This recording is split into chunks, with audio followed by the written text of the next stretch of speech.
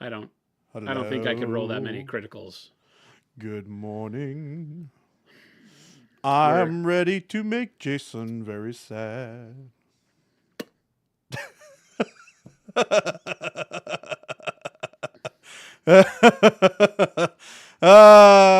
I'm back. I'm back. I'm back. I'm back. Yeah. And where's your January challenge, Mr. I'm back? That is a great question for tomorrow, Jordan. That's a future Jordan question. That's a January 7th Jordan question. Yeah, that is a question for January 7th, Jordan. We have not gotten to him yet. It's New Year, New You, so everybody has to go buy a new model and paint it. There you go. That's a challenge. I don't want to do that. I mean, we could do what we did last year. What do we do? So retrospective? Yeah. So my plan last year, we did pick something that you feel like you're not very good at and do the challenge about that. And then try and focus on getting better for the next year. So the idea would be you come back this year and you go, hey, I've spent a whole year working on this thing. Let's see if I could do it better than I did it last year. And that would be the challenge. You go back. If you have already done the challenge from last year, you come back and you go, hey, let me try this thing that I tried last year and let's see if we actually improved. And then for people who have never done it before, it's the same sort of challenge. You pick something that you've never really done or that you feel like you could improve on or something that excites you that you want to learn and have that be your challenge topic for the month. And then for the next year, you got to come back and you got to check it out and see if you've improved from the previous year. I like games. Pick a challenge from the previous 12 months that you don't think that either scared you or you don't think you nailed, and do it again. That's a much easier way of doing exactly what I was just talking about. Yes. Yeah, I like that. Just put it into words people get. Yeah. Yeah, either they missed it or they take another stab at it. It'd be cool if they took like a picture, like if everybody took like a picture of the one they did for the challenge that, like at the state where they weren't happy with it and then showed us what they did, but that's a little involved. So, yeah. I don't know. We'll figure it out and word it out and put it on the Discord. Hello, everybody. Hope your weekend was amazing. Welcome to Monday. It's Monday. Welcome to Monday. Hello. Hemlock Trails Disc Golf Course. First challenge. If it's your first challenge, then you don't have one to go back to, so you can just pick one that you didn't take part in, but that sounds cool to you and do it. That's even more fun. Yep. It's kind of like user's choice. Yeah, I like January, like free January. Mr. Blue says kids are back at school. Thank the Lord. Thank the Lord. Back to school. No more vacation time until spring break. Wad Tomato N, thank you for welcoming me back. It's good to be back. It's nice to be here. He seems very excited that you're home. Well, I don't know why that would be. Some people enjoy my presence. Some people. Oh man. Oh, that didn't work. Now I'm on top of you. Oh, I was gonna crush bad baby J. Bad go away. Baby J. Go bad away. Baby J. Bad baby J. Oh, look at Oh shit. I'm so glad. that. I like this new stream setup. Thank you, Hemlock. Welcome. Welcome to our crazy little community. This is the legally distinct Tiger L. Anthony. Tiger L. Anthony. Love it. Right? Tiger L. Anthony. So we will be painting the legally distinct Tiger L. Anthony on stream. Yes, legally distinct Tiger L. Anthony. Legally distinct Tiger L. Anthony. We like big busts and we cannot lie. Only you, Jason, What? could make that work. Make what work? I like big busts. I like big busts. Where's Lord Commander? She's taking the dogs to the vet today. Yep. It is Poppy, Monument mascot extraordinaire's first trip to the vet. Except for the quick trip that she made to make sure she didn't have a chip, right? Oh, okay. Yeah, so... Yes, you get it. It's legally distinct Tony the Tiger. You get it. You understand what I did. Tiger L. Anthony. Tony the Tiger. It is Tony the Tiger. What you guys don't understand quite yet is that the other part of that sword is just a golf club. Oh, yeah. And it's legally distinct tiger of Oh, it's not even really a sword. tiger of the forests. There's like not really even a sword there. It's just a thing. It's just kind of weird, right? Yeah. Wad, put it away. Put it away, Wad. It's not what we do here. Whoa. Giant Lay Lawson. Yes. Gamology, got a question on the most recent model. You're doing your airbrush, the base colors, and then varnished with a gloss coat. When I went to hand brush acrylic, the paint had a hard time adhering. Yeah, so over a gloss is going to be hard for acrylics, right? But matte varnish is definitely what you want to do. Gloss varnish is something that you do. So there's a good point where you do it before you add a paint layer, and that paint layer that you'd be doing is like a wash, because a wash is meant to slide around more. So gloss can make the wash slide around a bit more. That's why you would use that. But in all cases, prior to your final finish, so if you want something glossy, put the gloss varnish on at the very end. But prior to your final finish, always use matte. Always. Because you'll get much better adhesion that way. You can overcome the adhesion problems with a gloss, but you'll have to do multiple coats, and that can cause its own issues. So much better to do matte. You could take our, if you're airbrushing, you can take our glaze wash medium and just run it straight through the airbrush with nothing else. And it'll act as sort of a matte varnish. It's not really the same, hence the reason why we're coming out with a matte varnish. But it will matte down that gloss for you quite a bit and make the next layer adhere better. Right now, speaking of airbrushing, we're going to varnish. We're going to primer some things, if I can speak. So I have to let it be known, the one day that I checked back in to see how things were going, the big thing that I was not expecting to see on our feed in Discord was talk of Jason and Jen And a dog! and a new dog. Look at that. I was shocked. Poppy, the mascot now. She just hangs out on Jen's lap all day. That's Like hilarious. legit just hangs out on Jen's lap all day. Oh, she's like gotta if Jen love has to that. go to the bathroom, it's a real problem because the dog sits in the office and whines until she gets back. It's crazy. Aw. So, Jason, can you talk a little bit about why you chose dark neutral gray there? Yeah, so normally we always prime with a dark color. The only time we would use a brighter color in priming in the studio is if we're doing like a pre-highlight zenithal style highlighting. Or sometimes if we were showing people how to paint over a white base coat, we've done that in the past using a white primer and then showing how to layer in your shadows. In general, I like to teach people that starting from a dark layer is best. Now, what does a dark layer mean and why? So dark layer first is best because it bakes your shadows onto the model. Everything is shadowed when you start with black or dark neutral gray or dark brown. And when you're building up from your shadows, you're always moving your brush strokes towards your highlights. So it just becomes a very good, secure kind of mental gymnastic to put yourself through to kind of learn how to layer paint better. And then you'll just get wrapped up in it. There are some people that like painting from white, and that's fine if you do. That's not a problem. But in general, you'll start with the dark. On this one, because I'm going to be layering in a lot of blues, purples, greens, things for his Dark Angels armor. I'm sorry, not Dark Angels. Legally distinct dark or... anyway, so we're going to use a lot of greens. And I just thought gray. Dark neutral gray. Pretty easy. Gives me a good shadow base, but it also doesn't have as big of a contrast as black will. So it'll let me play around a little bit more with my base colors.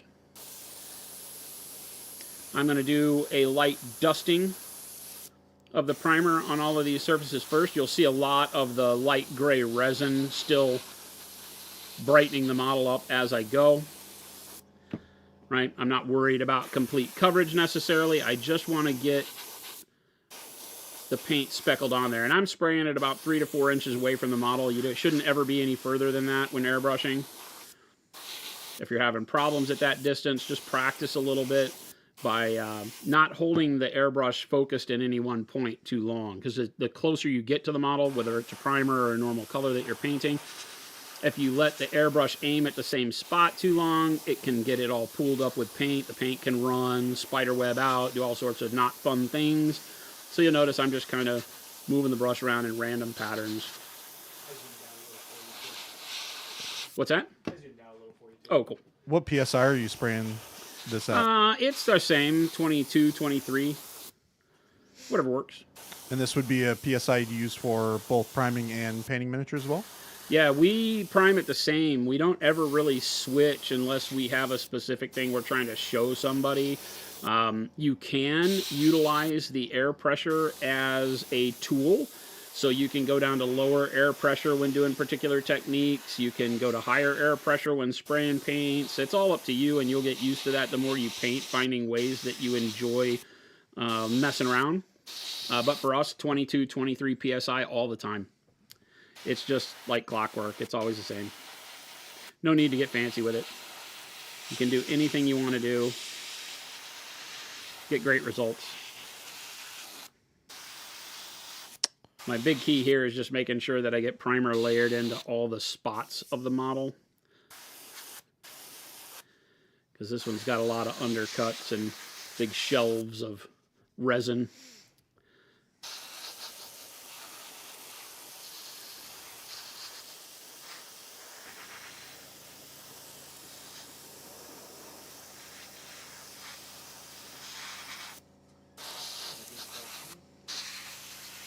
Any suggestions for painting gold? I have a hard time getting gold to look good on a large area. For instance, I've got a 1/6 scale base that has a trim around the bottom in gold, but the gold didn't end up looking all too good.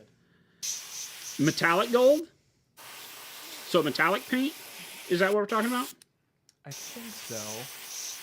Camo, are you talking about non-metallic metals or regular, just straight up metallic paints? Yes, he said metallic paints. Or she. Layering is usually going to be the key for metallics when you're doing large surface areas. And by layering, you know, it's like do a layer of gold, then, you know, highlight, then probably put a wash down, then highlight it back up. There's a lot to play with in order to get a really good look, because just painting the metallic paint on it over a large area will kind of show the deficiencies of metallic paints, and that you'll get the little, you know, flake spots they just look fake, right? The thing about metallic, what people call true metallic paint, is a misnomer. It's not truly metallic at all. Real metal doesn't have small flake patterns like that. But that's the material we have to put in the paint to get that reflectiveness out of it, right? Now I'm going to go back and start filling in. So you notice I've got kind of splotchy application, but I've got primer pretty much everywhere. You know, it's a bust, so the bottom isn't primered, but... B-Town 1987 is asking if this is unthinned. Yes. Oh, yeah. Don't ever thin the primer. Any primer you have to thin is too thick to begin with.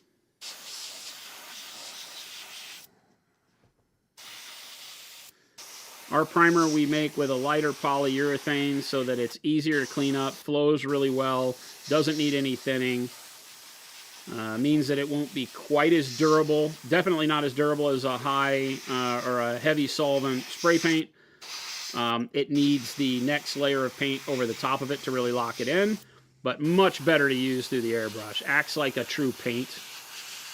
Doesn't cover any of your details in a bad way. Gives you exactly what you're looking for. So this second/third coat that I'm doing will really give us the full coverage we're looking for, and this is where I'm going in, making sure I don't see any of the resin color anymore. I'm still moving the airbrush around pretty quick, right? You don't want to lay primer on heavy. This is just a good thing to practice with all paints that you airbrush. You want to do very light passes and more of them to build your color up, rather than sitting and like painting in one spot. Like if I want to get this shoulder pad, I don't want to just paint the one area of it too long, because you'll put so much material there. And acrylic paints tend to cure pretty quick. They skin over. So if you have a thick amount of acrylic paint on something, the top layer of the acrylic will cure first and make a skin. Have you ever had like melted cheese? Right? Oh, yeah. Like, we love queso around here, right? So if you go get chips and queso at your favorite Mexican food restaurant, it's delicious, warm, melted cheese. And what does it do as it starts to cure? As it starts to cool? Film on the top. It gets a film of that dried cheese on the top, but the delicious, creamy, hot, melty cheese is underneath it. Yep.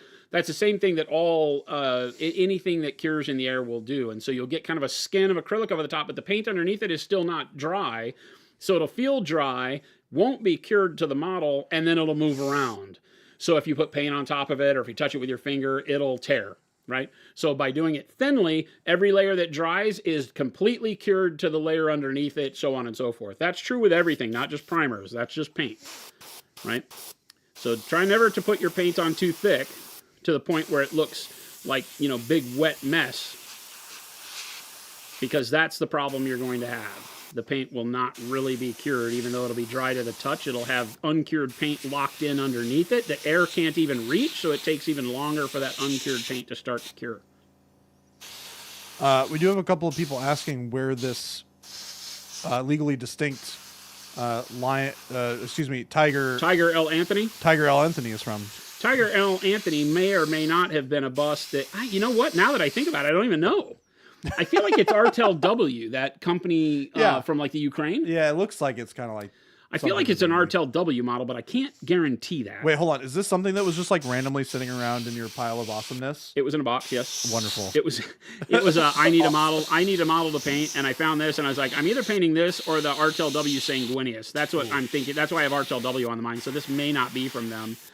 I have their Sanguineous model, too, that I really want to paint, but I felt like this would be a good way to kick in the new year, would be to do a larger model with some larger details and really focus in on some color choice selections and things like that. So I picked the one with the big details on him, the busts. I cannot recommend using queso as a priming method for your miniatures. I mean, I cannot. We're fans of the chaos of recommend creativity around here. So if you find yourself in a spot where queso is your best primer, we want photos. I definitely think that you would be better served with any of the various forms of wonderful products that Monument Hobbies makes. Oh yeah, I definitely say get our primer first, but I still want the pictures of you trying to paint with cheese. I'm just trying to say it in a way that isn't like me going to laugh at you when you send them in. So January challenge. Paint with cheese. Paint with cheese. I always love the finger painting one. That's always sounds so much fun, but we can't hold people to it. People would turn out these amazing models and be like, "Oh yeah, paint it with my thumb. I'm totally painting with my thumb." What, you don't believe me? Monument Hobbies, no trust. Ghost Hunter, I believe it was Ghost Hunter, was asking about how to make a. Yep, Ghost Hunter was asking how to make a sepia filter using Procure products. Glaze and wash medium, and what mixture of colors would I use to get like a sepia tone? To get a what? Ghost Hunter is asking about how to make a. I lost it again. Dang it. How to make a sepia filter using our paint. The burnt sienna, burnt orange range is really good, but also brown transparent is a really great one. The sepia tone that you get from like photos and such can have a very broad range. We did a challenge, right, to paint a model as if it were that old-fashioned sepia tone photograph. Yeah, you painted one for somebody. Yeah, and we did it here. We did the challenge in the studio, and I used a lot of that, like burnt siennas, brown transparents, but I also used a little bit of like dark camo green as the shadows for it. Yep. Because that's kind of where that sepia process gets the shading from. It feels like that weird green, almost like a, like a mossy green color to it. Yeah, it's kind of like it's like a greenish. It's kind of like a greenish brown yellow. Yeah, It's crazy. kind of the way that I would describe. That's sepia exactly as a right hue. too. And it, to some extent, it kind of hits all of those various hues in some level. So it can kind of like ride that spectrum between slightly more yellow, slightly more green, slightly more like neutral brown with less of the green and yellow tones. But it definitely is in that slice of the pie, I would say. So if you were to do that and you were trying to make a filter, glaze and wash medium, some water, transparent brown plus a little bit of like transparent yellow, and then maybe even just a little teeny tiny brush tip of transparent green. Ugh, gross. And that'll make a really nice sepia filter for you. Jason, don't do that. Why? That's gross. Oh, well, it even smells weird. But yeah, of course it does. But I didn't think it would smell weird. Well, wow, Jason. Ugh. Ugh. Oh my goodness. I mean, Don't. I feel like that's artwork. I don't understand what everybody's problem is. Look at the floaties in your water, Jason. Oh, the floaty picture, yeah. Oh my gosh. New stream can't hide. Dude, You can't hide on the new stream, Jason. warts and all, baby. There's floats. Warts and all. There's 50 years. Did you know that when HD first came out, the first industry to adopt it was the porn industry? That's not surprising at all. And they all complained. They The all actors complain. and actresses complained because it showed all the blemishes, Oh, and they yeah. had to have better makeup artists. Yep. Created a whole new industry of makeup art just because of HD. Yep. That's the way we are here at Monument Hobbies. Warts and all. Words. You see the floaties in my water cup? Oh my gosh. Ugh. Look, Slow Fuse is helping me not want to eat after all this food talk. I don't even think we've even been talking about food that much. We talked about queso very briefly. So, Non-metallic metal. Noble Wizard. I'll be doing non-metallic metal. We've done a lion. We've done a Anthony L. Tigre. Anthony LT Gray. Tigre L. Anthony. We've done one before that didn't have to have the legally distinct tag. We have done Lion L. Johnson, his much maligned twin. The New Games Workshop one. And also the Horus Heresy one. Now we're doing the bust. So, there you go. Jason, can you give me a recap on where the bust is now after that second little go about As soon as I clean my airbrush, Well, while he's cleaning the airbrush, I am doing proper tool maintenance. That's true. Flapjack. I'm pretty sure they filmed it in a higher FPS, which is what made it look really weird. The Hobbit movies. Was it lower? Yes, it was a hob. It was they. Okay, back up here, folks. How you doing? I'm coming in with this knowledge. Yes, it was at a higher frames per second. Yes. Okay. Okay. From the disembodied voice of one The lovely, delectable Christmas sushi. Christmas sushi. Hey everybody, how you doing? I'm pretty sure he just confirmed that I was correct. Yeah. Okay. It looked like you were. He did some experimenting with frames per second. That's why it looked very clean in quotes. Yes. Big air quotes. Yes. Robert TV, I'm hoping to have updates for you this week. I have 4 bottles on my desk that need testing. This is the first time we're running the airbrush in the new studio, so I didn't want to have that be the time that I was testing product. So after today, I'll test, hopefully tomorrow, and be able to give you guys and gals on Discord and here on the stream some answers about the varnish. So hold tight. I got you. Noble, we talked about it a little bit earlier, but it's we think, pretty sure, it's RTEL-W. I think. I don't Pretty remember. sure. Fairly confident, moderately. Yeah. Yeah, pretty sure. I don't really know where these models come from. They show up, and I paint them. Solitaire, it is RTEL. There is Is it? so many Somebody found out? According to boxes Solitaire. in here, chat, that you could find at Monument and find gold. When we were Whoa. cleaning the studio up Oh. and changing it up, It's The- pretty silly. like, oh, what's in this box? It's a custom Imperial Titan for Legions Imperialis. Or, Oh, or yeah. Titanicus. I'm like, oh, this is That's the one everything thing I love in life. that I really missed when I was gone was experiencing The discovery. the discovery of all of Pulling the. all this stuff out. Oh The yeah. discovery of models was wild. Well, I mean, Jason is a man of good taste when it comes to miniatures, and he has a tendency to just acquire lots of cool things. I like what I like, Chet. But he also doesn't necessarily get around to painting all of the cool things. No, they pretty much sit in boxes. So they oftentimes will just sit in a random box that gets stuffed underneath another box. This is definitely and true. then All right. stuff. Let's start with the face. You can zoom in some for me, Mr. Sushi. We're going to do some face painting today, and I don't mean falcon wings at the county fair. Jeez. We're going to do some painting here. And I am going to underpaint him, I do believe. I did a big, better zoom for you there. Let's do it. Oh, yeah, perfect. Bang. I do believe. Maybe zoom out just a touch. Yep. Oh. Mr. Sushi and all his buttons. Hold. You're getting them wrong. No, not Get like 'em wrong. that. Can you go back in and then use the puck to zoom out?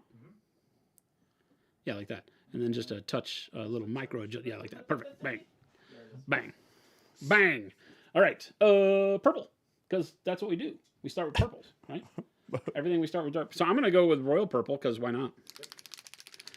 And then I'm going to get some red oxide because why not? Right? And then I'm going to get some bright yellow green because again, chat, why not? Hi, Mo. Bright yellow green. Bang.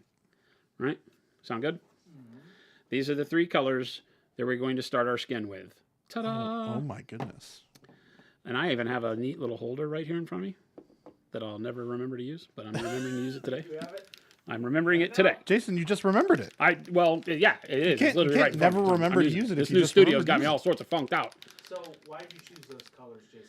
So the purple, so I usually use something like a dark purple, dark blue. Royal purple's been a kick that I've been on here recently for doing models. I don't have them all here, but the royal purple gives a really rich kind of undertone to the cooler part of the skin. So you'll see I'll do the purple down towards the beard line. He has a beard, so there won't be as much of this. I'll kind of run it up the temples and around the ear and neck some. But it'll be kind of the warm yet cool color that gives me my shadow.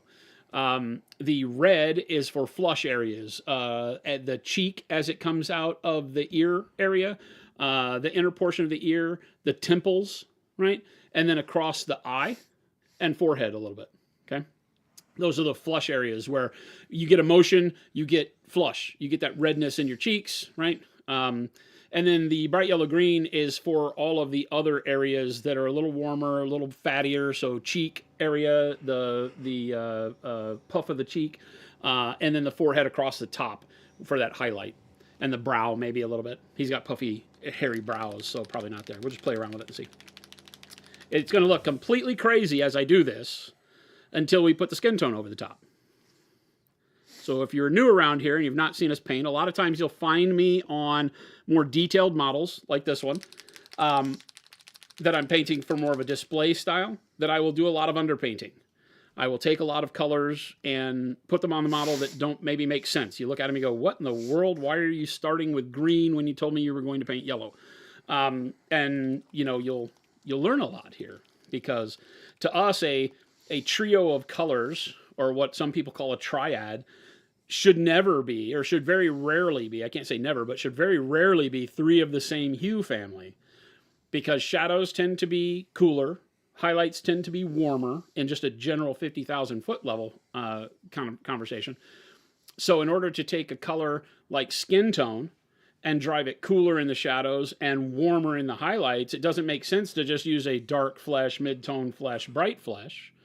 Use something like a dark blue or a dark purple as your shadow, then use a dark flesh over that, mid-tone flesh, highlight flesh, and in your highlight start adding something like our warm flesh that starts adding some yellow into it that gives you the feeling that, you know, it's outside, a little bit warmer coloring. Works really well. Here we're just taking that to the next degree and doing something that is, you know, more akin to Verdaccio or whatever, insert highbrow artist name here. We're not that highbrow, so Insert fancy artist name here. yeah, we don't know about all that stuff, but we just paint.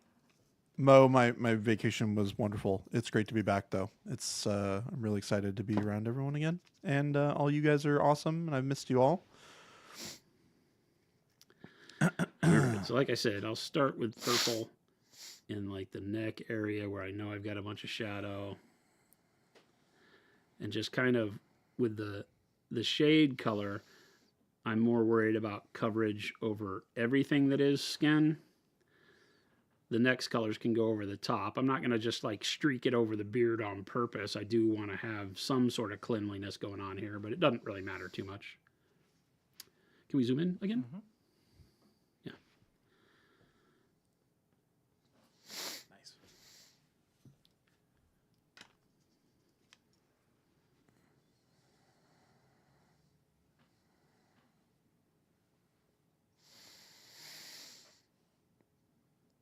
That's perfect angle there.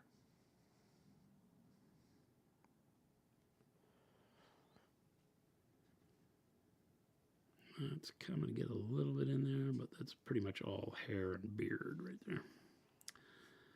This is going to be the hard part. This is why I'm painting the skin first, because I know I'm going to get color all over the armor as well. This is called painting from the inside out. Always a smart thing to do. It's like some of my primer was not fully cured down in this recess area, so I'm going to have to wait for that. Chaos Angel, just make sure that you follow through with the, or keep on watching, because we're going to be going through all the steps of how to do the underpainting method here. Well, Jason will be. So just keep watching, and you'll get all the information you ever wanted to. Yes. And these videos all get moved over to our YouTube channel when we are done. So that'll be very easy to keep up with should you miss part of it. I will be working on this model until we finish it, but I will not be on stream on Wednesday. Jordan will be switching gears to do something different on Wednesday. Woo! Oh, here's a good one. Beatdown. That was a great question. Would you ever consider doing something like a texture trainer live paint along? Announcing the advanced mount. Yeah, that would be. It's one of the big things that we loved about the definitely. texture trainers. It gives us the ability to have everybody start from the same exact position with a model and go through the steps. So sure, yeah, we can do that. Yeah, that's We've done that a lot in the past. We did a line of miniatures over the course of 2021 in what we called our Mother Lovin' Paint Party. And that was a lot of fun. And people were able to buy the models and then paint along as I painted them live on stream. We had a great time with it. Big event. And people have asked for years now if we could do something like that again. So the answer is yes, we definitely could. The texture trainers are paramount to that because everybody can, like we said, start from the same spot. Okay, so you can see very quickly how I'm just kind of layering in my shadows, right? Underneath the eye, sockets, cheeks. And you can see how the royal purple is perfect for this. It gives kind of a weird, otherworldly glow to the shadow. We're not, planning on needing that otherworldly style glow. But the skin tone over the top of it will cover a bunch of that. Like I said, the hardest thing for people to get used to when they are doing or learning underpainting or seeing it for the first time is the fact that you have to go brighter and heavier with your color. I'm repriming this net because it was a little wet down there still. So, because every paint that you put over the top of these initial colors will darken them, take away their vibrancy, right?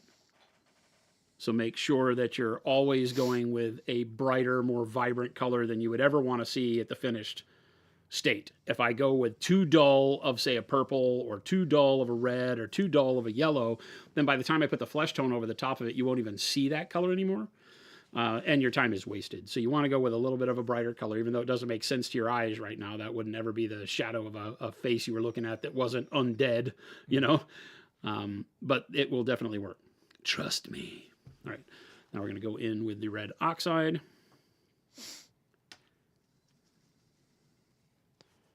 And the idea with the red oxide is to kind of draw up from the area where my purple stops up to my highlights. So I'll start at the bridge of the nose, underneath the eye, and then get that whole cheek. And then back into the temple, like so. B-Town, yes, that is a traditional problem sometimes for YouTube painting is that you don't see all of the in-between steps. So having a video like that is why we essentially do the VODs here. So it's hard to get an entire video like that from start to finish or see the process. So that's kind of what we are trying to do here with continuing models and stuff like that. Yeah, we've been doing this for like the better part of 9 years. And what we found in that process is that the content is great for those people that get to join us during the stream and such. But we just recently redid the whole studio so that we could start nabbing out spots so that we can handle both audiences, the people that want to get little outtakes and quick tutorial how-to type stuff, and also the people that want to be along for the whole ride and see the whole process, because all of it has good value, right? So I'm gonna go ahead and get the full nose again here. It's about, I know I don't want the red in the shadows. I just want it to kind of extend up out of the area where we have the purple. Not really doing any focused blending or anything. This is just putting paint color by number style. Same thing here. The crease, if you go look in the mirror, if you furrow your brow, a lot of the blood vessels pinch together and you get more reddishness there. So we're going to do right there, and probably just a little bit over towards the temple side too. Derpsick, this is legally distinct Tiger L. Anthony. Tiger L. Anthony. Papa Chicken asks, hey, can I get some help with vocabulary? If you have royal purple and dark plum, for example, the dark plum is less saturated than royal purple, but is it still carries the same weight or attracts the same amount of attention from me? What do I call that? It's right here, that question, Jason. Attracts the same amount of attention. So it's all about the contrast that you formed with the other colors that you have painted around those, right? So royal purple, dark plum, whatever colors you're using is not the most relevant part. The most relevant part there is more how you've built up contrast with the other colors around those. So you'll say they're more vibrant or less vibrant or whatever, but in reality what's happening is you created contrast with darker or brighter colors around all of those that draw attention to them. Does that make sense? So that's how you can work like in military models where you have very high desaturation of color. How do you still grab attention? Well, you have to drive your contrast higher in more natural ways because none of your colors are super vibrant, right? So you're placing really dark shadows on things next to those desaturated highlights and so on and so forth. Kind of stippling this on. This area is a little tender here because of that torn primer where I didn't let it cure fully under the neck. But again, get that purple, get the red. It's kind of a highlight on the neck there. Now he's got that Darth Maul look going on.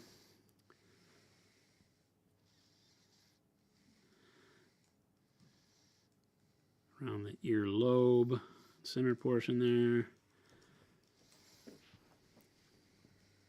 Oh, I didn't even do this here, did I?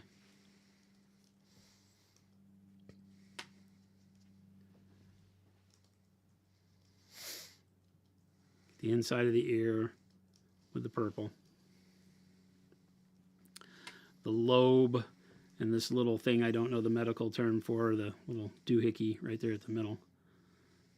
Right? With the red.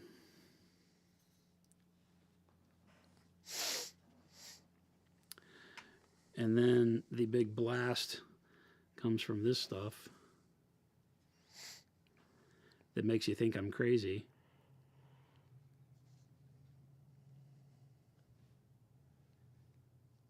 Where we put the bright yellow green on there. And the bright yellow green will go on areas. Now I'm going to get more detailed than really makes sense here with some of these little lines and such. Those won't survive necessarily the skin tone glaze, but it's good to go ahead and try. It helps me understand what the coloring wants to do in those locations. There's going to be a little bit of pinkish reddishness around the hairline, and then just kind of think about where the highlights would be, and I'll just kind of stipple and blend along. Same thing will come here along the top ridge of the cheek.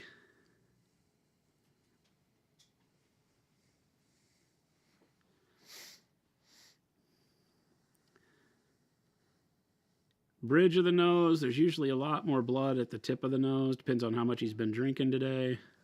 Avian, is the yellow and green is due to light hitting the forehead versus the rest of the face?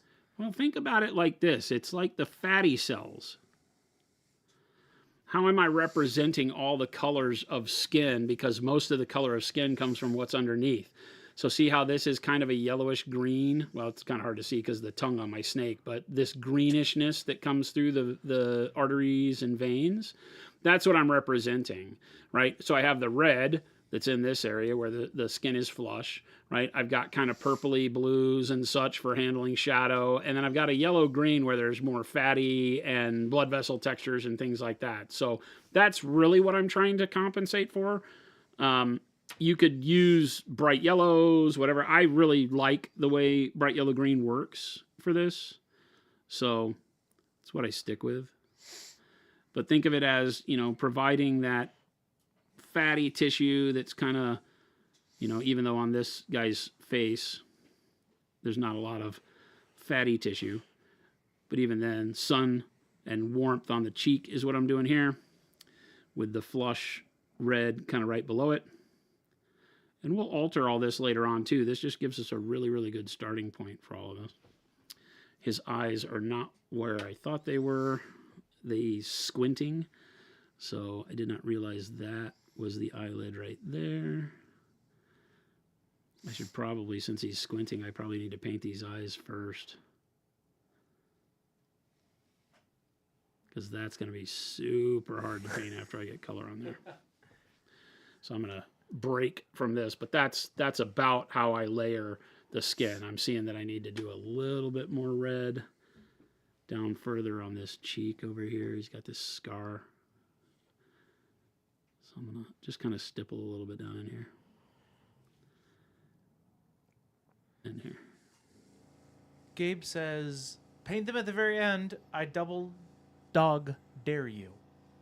Paint the eyes at the very end? Not really interested in that.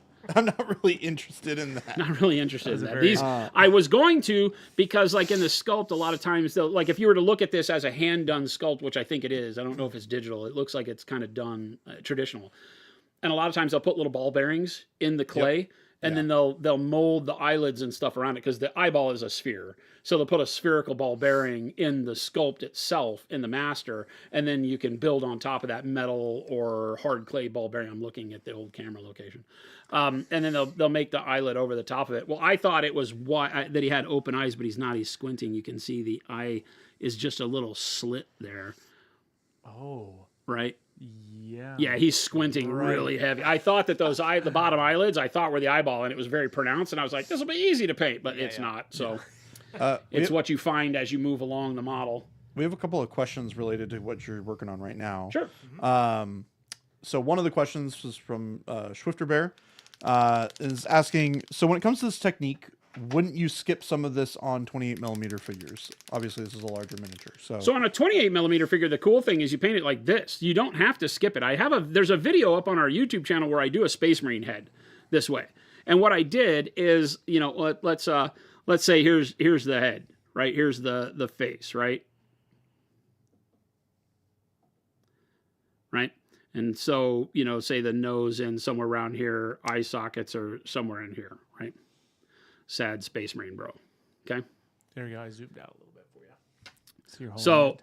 what I do when I'm doing 28 mil, since yes, you don't have the right size, what you do is you paint this band of the face from the nose is basically the bottom of the cheek line. You paint your blue or purple here, and you literally just paint it as a band. Think of this like candy corn, right? Because you don't have all the detail. Then you paint your red from the eye socket and the temple right across in a band like this, nose included, top of the nose. Right? And then, of course, what I'm doing next is you paint the bright yellow-green everywhere up above. And you don't worry about necessarily all the blending in between. Then when you do your skin tone over the top of this, you get the basic effect of what you're going to see happen to the model I'm painting. But this is very translatable to a smaller scale. You just do band, band, band. Right? And the yellow band will be the smallest. It'll just cover the top of the cheeks and the eyeballs. It looks like war paint when you do it. And then when you put the flesh tone, and you don't blend it, you don't have to, because the flesh tone over the top will do the blending for you. You won't see the striping of paint when you get it right. Now you'll have to play with it a lot because glazing the skin tone over the top is the hardest part. Okay? If you go too thick with the skin, you're not great at glazing yet, and filtering, if you go too thick, you're going to wipe it all out anyway. But it's a great thing to practice because it will help you with your glazing skills, period. If you feel fairly confident with your glazing skills, this will turn out tremendous for you the first time. It's really, really simple. Papa These Chicken- colors are bright, so they will show through the skin tone. I'm going to use advanced flesh tone as a starting point for him, and it's going to look great. Right now I'm going to use dark ivory as the sclera color to start with here.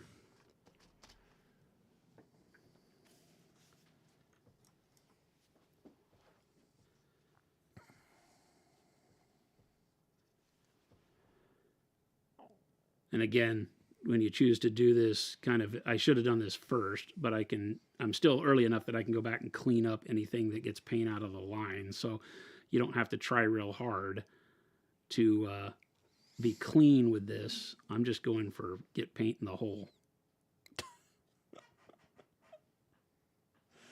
Because I don't really... You all right over there, Jordan? Oh, Jason's just making funny comments. Put the paint in the hole! Put the paint in the hole. Or against the hose. I like big busts. Cam was asking, would pink work on top of the red instead of yellow-green? How would that change the result? It's going to make it look more flush, right? Because the pink is good. You're looking for something that has a little bit of warmth to it. Pink is not a warm color necessarily. It can be turned into a warm color, right? Hot pink is called hot pink because it has more of a leaning of yellow as you come out of magenta in there. But still not going to do the same as a yellow or a yellow-green. You could use yellow ochres. I like yellow-green, bright yellow-green. Right? But again, up to you. Play around with it. We've done a tremendous amount of underpainting on this channel and shown you all the kind of crazy things you can get from doing so. I'm not going to do this yet. I'm going to keep painting Messy Eyeball because I probably need to try to sort of finish the eye here. It's probably a Yeah, good I'm idea done to with the air finish- compressor. You can turn it off. Finish the eye so you can get it all done and paint everything on top of what It's you've already just done. so weird that he's squinting so much. Let's see here. We got a couple more questions in here. I might readjust your camera a little bit, Jason, after this. Punisher is asking, would it still be beneficial in the banded method for the 28mm model to pop in some green over, some green to highlight areas like the bridge of the nose and the cheeks? Like the Yeah, I mean, yeah, cheekbones? you could come back. It depends on the model, right? You could come back and do the bridge of the nose here and a little bit of highlight here if you wanted to. A lot of that gets lost with the skin tone because they're going to be such small lines that when you glaze, it gets rid of it altogether. So some of that you would add back at the end. You can take these same colors, like a little bit of this bright yellow green, right? And once you've done the paint, once you finish the face, you could come back in and kind of glaze the top of the cheeks to give a little bit of warmth to them, right? So you don't have to do all of it underneath before you paint the skin tone. Some of it can be done afterwards to give you that warmth back. But yeah, you've got the right idea. The Lone Toaster. Hey, Monument Team. Been mini painting for about 11 years now. That's a long time. And just picked up the Pro Acryl line. Absolutely love your paints and what y'all are doing. Just wanted to send my well wishes and keep on keeping on. Thank you, thank you. Thank you so much. Thank you for taking time to tell us. And welcome, welcome. I'm going to take some bright ivory over the top of the dark ivory. Say that one more time. Bright ivory over the top of the dark ivory now.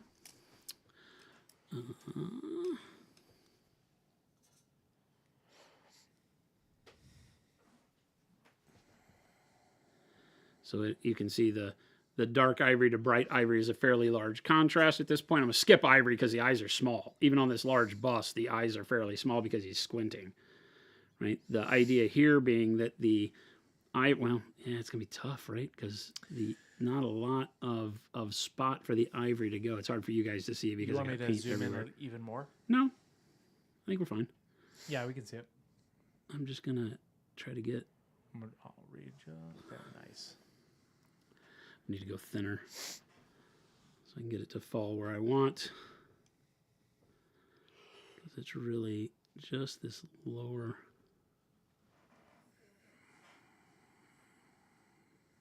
Boy, yeah, these are just slits. It's crazy.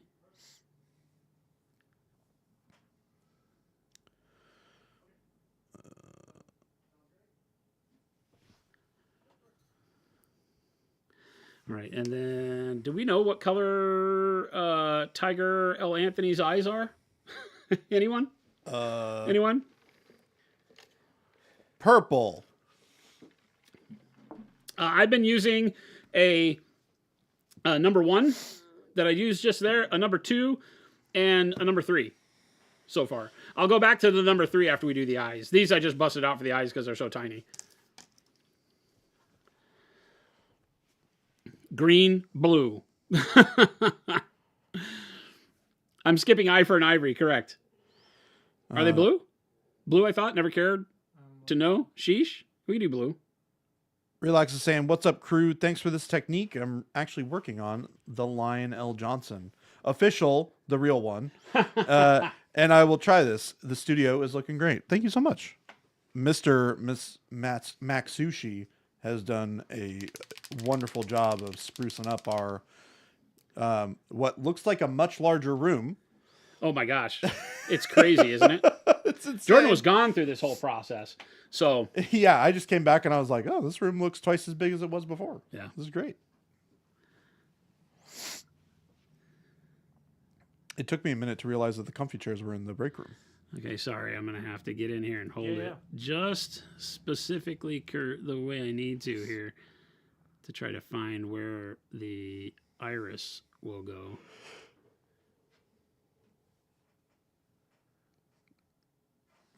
The iris will take up a lot more space on the eye because he's squinting than it would normally look like because there's not as much showing. But, you know, the iris doesn't get smaller when you squint. The sclera does. I mean, the iris will stop being as circular, so I can paint kind of like little rectangles in here. Good God. Derp6 got another great question. For doing this underpainting process, how would your color choice change, as in the colors that you're using underneath change for different skin tones for like the traditional skin color? Or would it? These tones are humanoid, right? So are you painting a earthbound humanoid? Because I wouldn't change anything if that's the case. Doesn't matter if it were, you know, African or whatever. You might have to do more of this after the fact. Underpainting for darker flesh tones doesn't always make sense because the skin tone hides it all. So a lot of times you're glazing those in at the end or in the mid stages before your highlight is generally best. Because if you think about it, like African style skin, there's a variation, there's a myriad of colors for every style skin. So if you just name a portion of the globe that you want to paint, like Middle Eastern, South American, African, general Caucasian, Asian, whatever, for all of those, there's a myriad of variations, more or less pink, some yellow and some greens, more reds than not, more browns than not. So for all of them, right, if you're underpainting, just realize the darker your skin tone goes, the less the underpainting effect will see through, right? And so then what you'll do is do the dark flesh first, like maybe a black-brown base, mix in a little bit of shadow flesh to the black-brown to get your mid-tone for like an African skin tone. Then glaze some of these colors over the top, like the bright yellow-green, the red, the purples in the same places, but just glaze them over the top, and then start doing your final highlights. Because remember, your final highlights won't see this color, right? The final highlights will cover up all of these very well. So that's the only difference. If doing lighter flesh tones, anything up to and including, say, you know, Middle Eastern, Asian, then all of this works. It really is only when you get to like dark South American, you know, subcontinent style African coloring that underpainting doesn't tend to work as well. It still can. You just have to be more cognizant of how you place your skin tones over the top of it in order to have it really work. Hey, Jason. The shadow colors would be the same. Do you happen to know? He's giving us a side eye. He is giving us some side eye. It looks like Arnold Schwarzenegger, and it's in the trees. It's in the trees, right? Because he's just covered with mud. It's in the trees. Do you remember when, or the name of the video that you did where you did the Space Marine head in 28 millimeter? I don't. I just know it's up there. Do you know when? If you look, it's way years ago. It's quite a few years ago. So, oh, okay. Derpstick, if we don't know the exact name, but if you go back, I would say it's in the tutorials section, though. It's in if you go to the playlist and it's in the tutorials, it should be in that one. right, now I need a little bit of another blue. Chris, we have not yet revealed the names of the new colors, and we've shown them off. Just to tick off the purists, I'm going to use ultramarine blue for his eyes. Oh, You see what I did there? Ha! hey, hold on though, because their ultramarine blue is not true ultramarine. Ha! So, But it's in the name. Ha! Nice. See what I have to put up with, chat. Jason, are you okay? No. I'm a little worried. You should be. I am. You should be. I'm having way too much fun. And way too much. Just a normal adult male should not be able to have this much fun. You know, this is on a very serious note. Being this more involved with watching you paint and making sure like capturing content and stuff is really blowing my mind all at once as well here with. Well, it gets how you to really paint in faces. depth. Well, it gets you really in depth into Well, focusing 'cause, on the yeah, nuance. you of it, really right? have to focus in, and so I'm getting this is how I got decent at golf right here.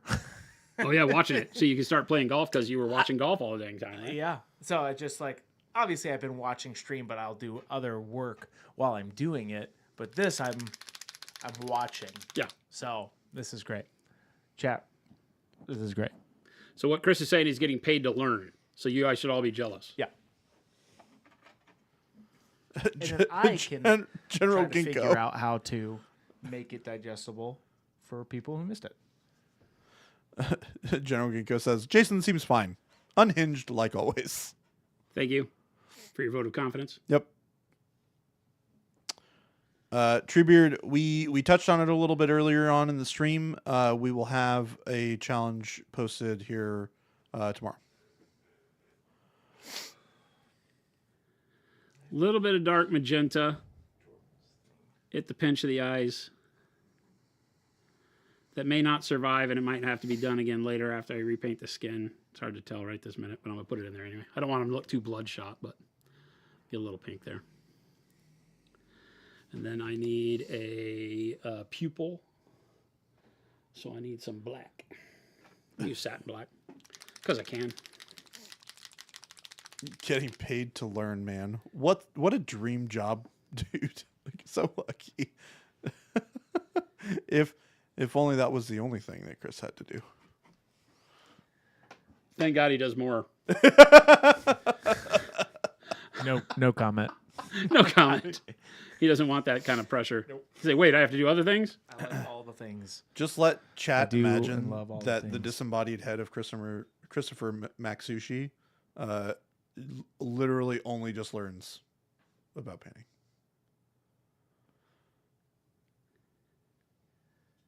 Copy that.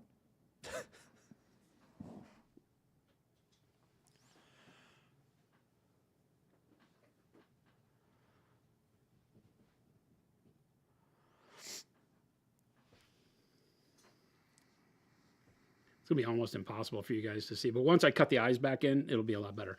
I'm going to get a little bit of white. A little bit of white.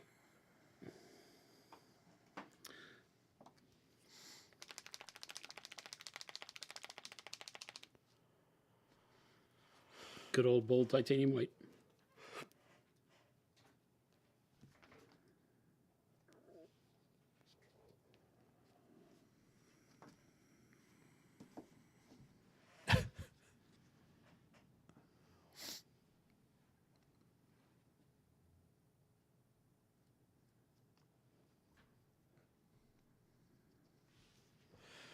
Oh, Chuck.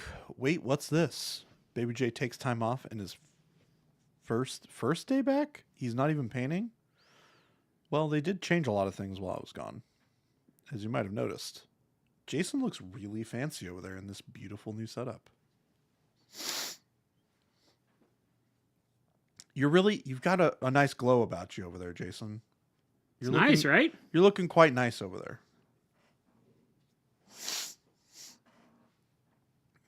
It almost looks like one of those fake backdrops that you'd put over a blue screen or a green screen, but it's not. It's actually just real. Like the Zoom call background, That's what it looks like, except it's except just it all real. has Procurl stuff and I can grab it off the shelves. Yeah, it looks great.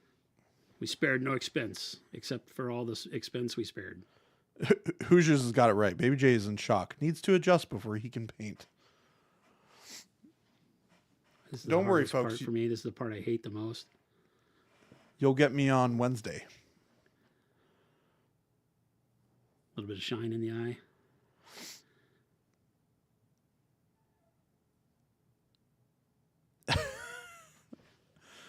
Papa Chicken, you're going to have to ask Chris why it looks like I'm in jail. Don't worry, we're working on that blue wall. We got some stuff working for Yeah, that what are you talking the about? set behind there. That was the way this whole room was. But remember, my whole wall and where Baby J and I was, this was all that same wall. Well, This part was Same color. same color. Yeah. You guys never saw the brick behind us, but that was the brick behind Jen and all that stuff. So, all right, now we're going to cut the eyes back in. They're done enough for me to continue on. All right, so by cut back in, I'm going to take the royal purple and just paint the trim around the eye again.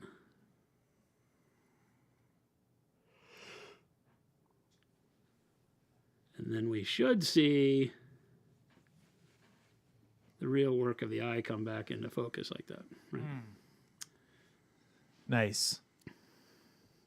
So I like painting eyes this way where you can have the whole palette. You paint it before you paint the face. We talk about this all the time because while it may be harder for you to discern what is and is not the eye because your colors, you know, this contrast will extend beyond the eyelid and all that stuff. It definitely makes it easier to nail the iris, which is the hardest part. Yep. And then it's really just being able to come back in and do this, cut the edges.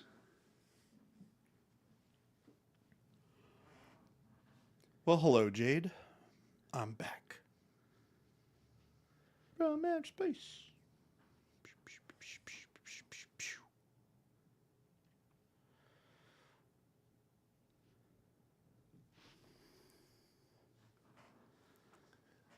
That Pretty good. looks- Yeah. Pretty good. All right, now we can get back to painting the skin. Sorry, guys. A little bit of a detour I didn't intend to take. I thought I had a different type of eye to work with there. Now I will take my other colors and give me that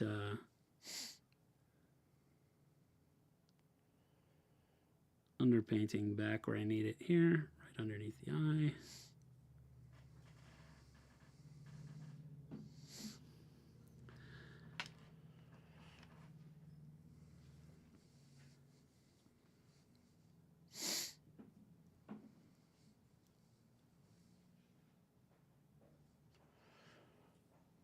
Wait, there's a winter storm? What? Who told me about this? It's 70 degrees outside. Big winter storm this week hitting everybody but us. Well, luckily, did not run into any issues when I was flying back. That's great. Okay. There we go. Squinty man squints. I kind of want the white spot to be better on his right eye, though. Our left, his right.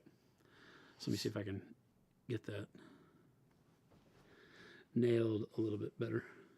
It's always the hardest part, especially on squinty eyes, for crying out loud, because I'm going to hit everything I don't want to hit here. 3 to 6 inches of snow in DFW? What? Yeah, I heard about that. Is it like... That's crazy. B-Town, if the delivery gets left out in the cold, do we need to worry about paint freezing? You want to make sure that if you can get your paint delivered to a place that's climate controlled, it's got some temperature control involved. It can be delivered outside. We do freeze thaw it, but you want to make sure that the paint doesn't completely crystallize. If you're getting to the point where the paint freezes solid, you're going to be running into some issues. So just it's fine. Just make sure that you don't leave it outside for extended periods of time, and you'll be just fine.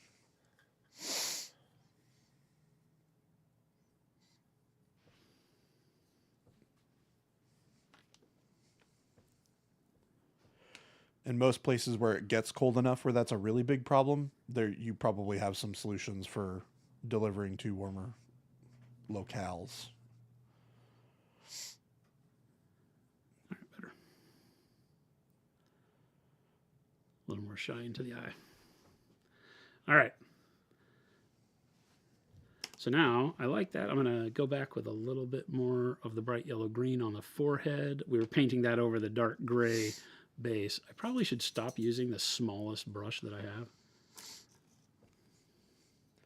have. D100. Not moving to the D100. That's not a thing.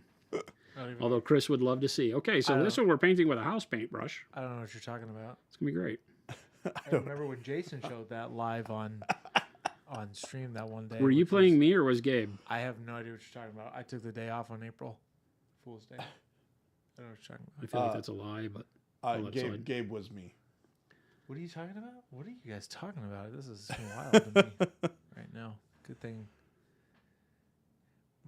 That's crazy. It's crazy, chat.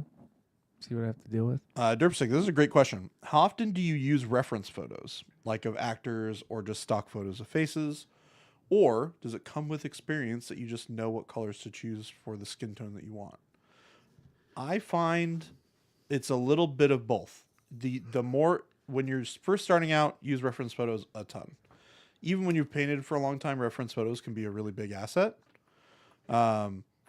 Just make sure that you will intuitively start to realize things that are very common in skin tones the more you paint, and you will require less of that reference, but it's always good to have.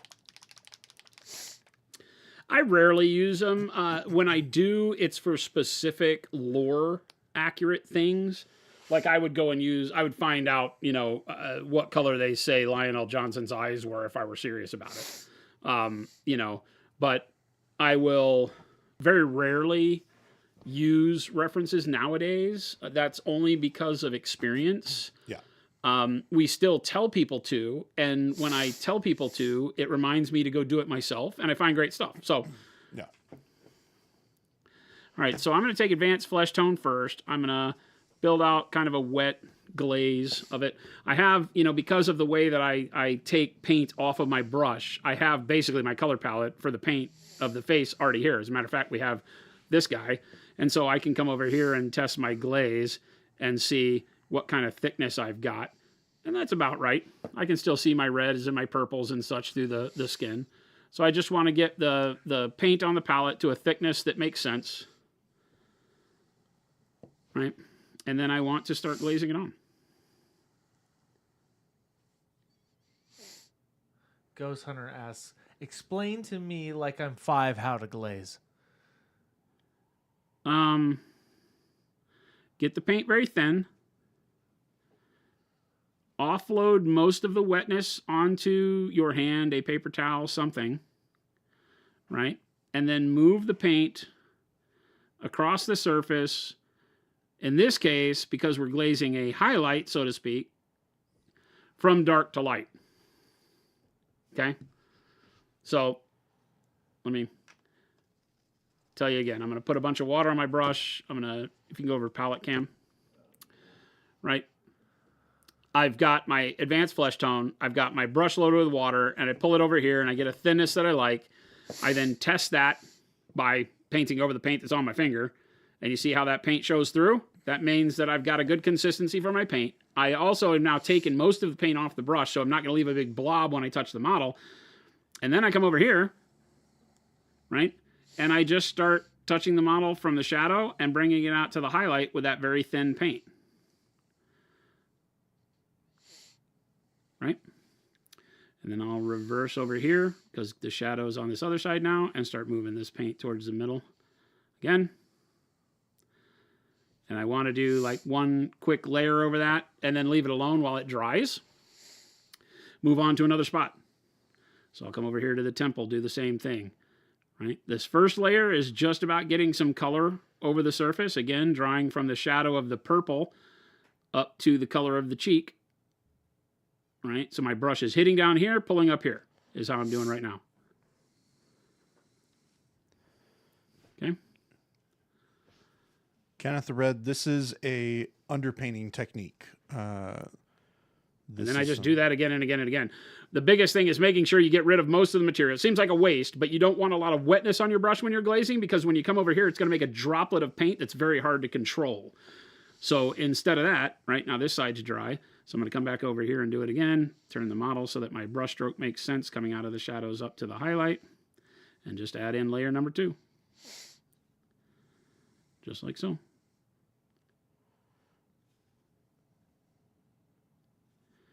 And do that over the entire area of the skin.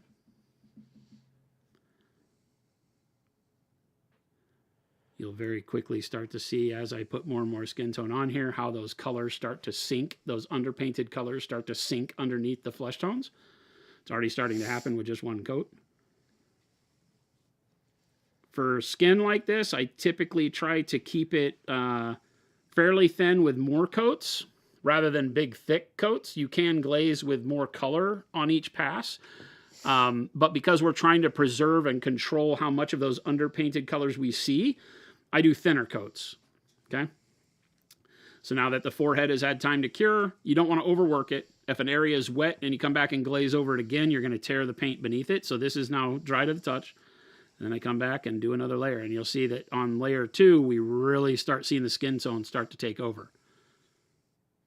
See the difference between this side and this side? And then I do the same thing over here. Always making my brush stroke go from the shadow to the highlight where I want more of the color I have on my brush.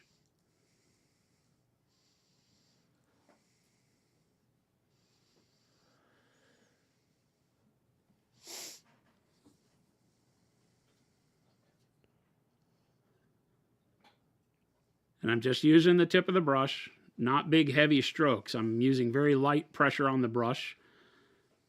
So I'm not getting a ton of paint, right? But look at how different it looks already. Look at the green on the nose. All the green on the cheeks and the forehead was that color of green just a second ago, right? But now look at the rest of it. Yeah, it looks really nice.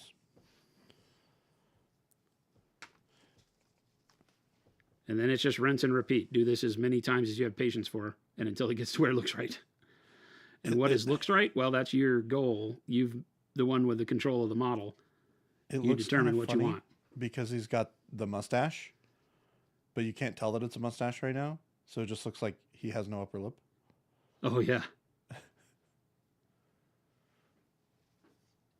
You just have that little bitty bit of red. Yeah, it's like hooker lips.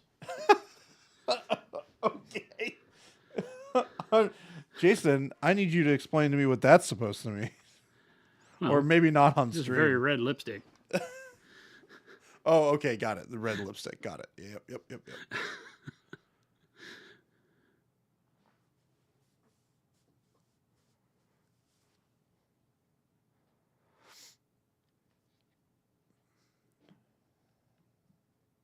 The only real key here for me is to make sure I don't lose the colors underneath, right?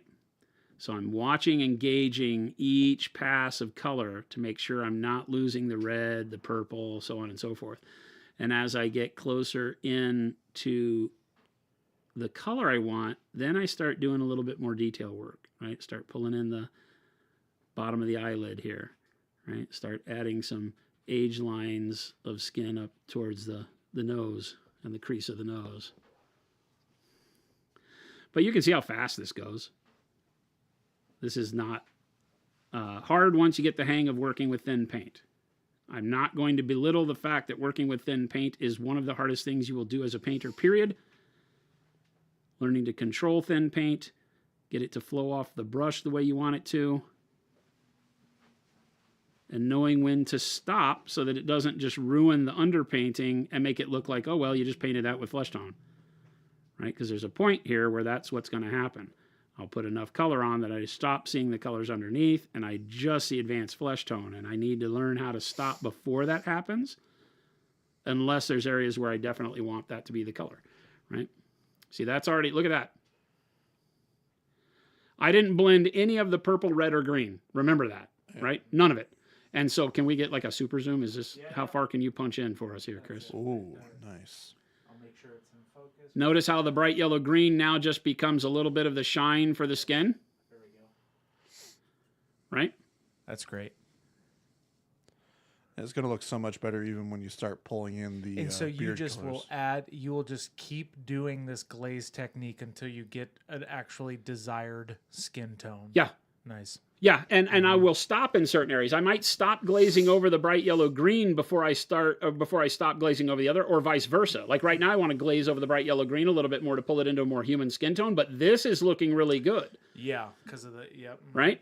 So you don't have to glaze over the whole face every single pass. You can start doing less and less as you go, right? So again, just water on my brush is the only thing I'm using here, right?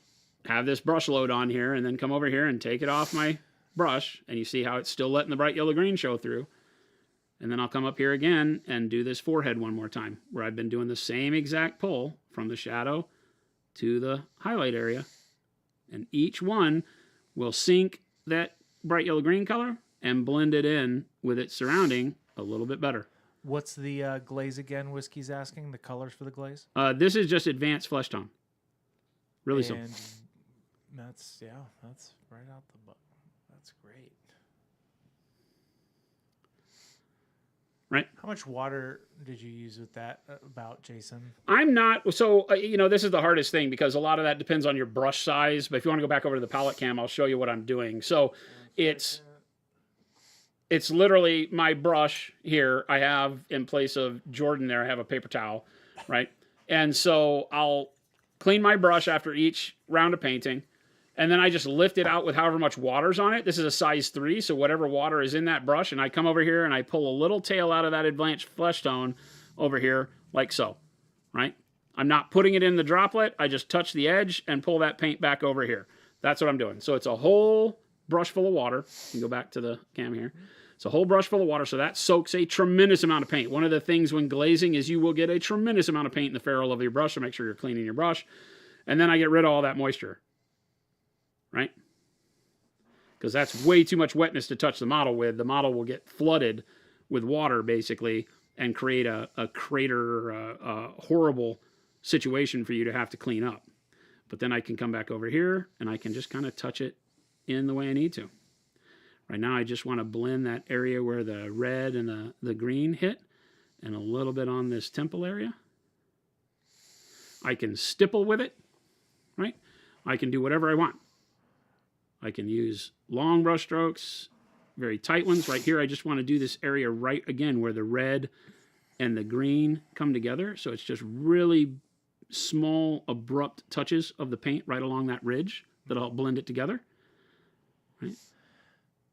So the topic of glazing, what is your general suggestion of how many drops of glaze medium do you suggest when using it? I typically, with the glaze medium, start at about 50-50 with color. That's kind of a salt to taste for you as an artist as to what gives you the dilution that feels comfortable to work with.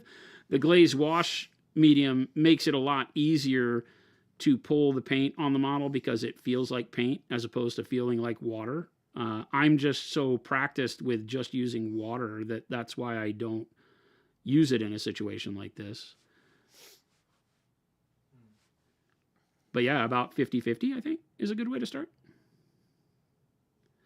So if you use 1 drop of paint, 1 drop of medium, typically you're going to do more than that though, right? You're going to do, 5 drops of medium to 1 drop of paint to start. It's better to dilute more than is necessary at first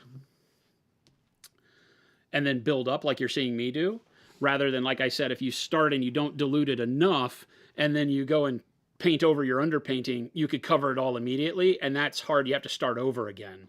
So underpainting can be a little scary for people to dive into because of that, because I'm doing a set of colors, 2, 3 like we did here with the red oxide, the bright yellow green, and the royal purple. I want those colors to remain. I want them in the shadows, want them in the midtones, want them in the highlights. So I start thinner because that's easier. If I start thin, take most of the color off my brush, paint on the model, and don't see any color, that's much better to be too diluted than to see only that color, right? Where you maybe didn't dilute enough. So as you get used to glazing, whether you're using the glaze wash medium or water or whatever you've decided to cut and dilute your paint with, it's easier to over dilute, right? And work up to the color, even though that'll take you longer as you get started, than to not dilute enough and ruin your underpainting, because then you let it dry and you underpaint it again, which is not bad. That'll be what you do when you're practicing, right? But as you get going, it's much better to just sit and do it in thinner layers, because he's starting to look pretty good. This doesn't even look like you underpainted it. No, it Aside looks like from we the actually purple. painted the colors by mixing, and that's why underpainting is such a valuable tool in your toolbox. This is 4 colors, guys. That's it. 4 colors, nothing's mixed. Yeah. Well, We haven't mixed a single color.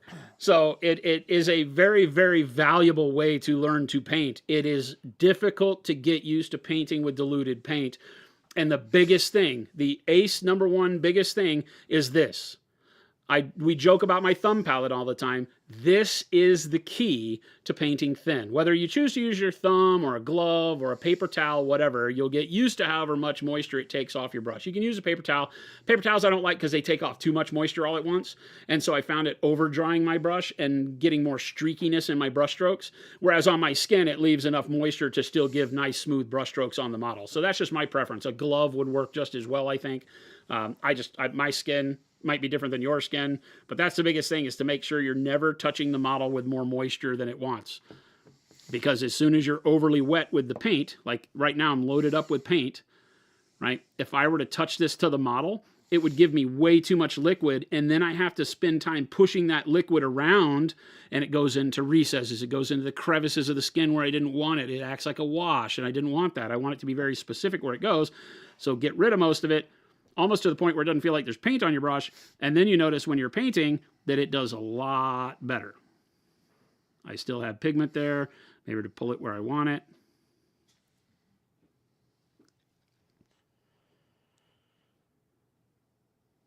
And then just work your layers.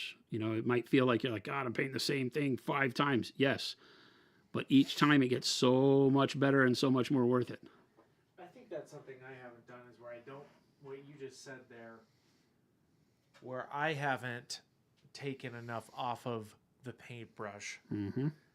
Like I said, that is 100% of the problem that people run into when they're learning to glaze. They leave too much paint on the paintbrush, and then you wind up chasing that paint around on the model, and it winds up being a mess. Get me focused, yeah.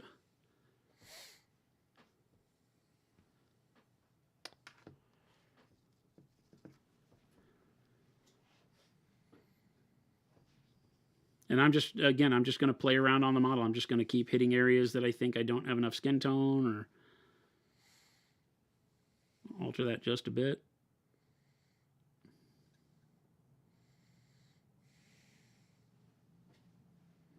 Gripstick is saying, this looks good as a base coat for Hispanic skin tone. If the final skin tone was a Hispanic one instead of Caucasian, what highlights would you use? The same. I think that Bright Shadow Flesh is a great one, right? Because it has a pinkish yellowishness to it, right? I should bring it up here. You just keep yours. Yeah, I'll just do it better. Right. So something like this, it may be a little bit too pinkish for you. You could add that to the advanced flesh tone and get a really good highlight. You're noticing I get my highlight from the bright yellow green. So I have the greenish yellow that's highlighting underneath it, because the colors are mixing without mixing. You might not think to add bright yellow green into advanced flesh tone to get a color you would use, but you can see here that it is a color that you should think about.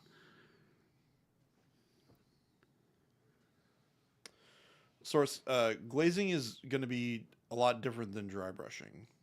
The process of applying paint is pretty fundamentally different. Oh, 100%.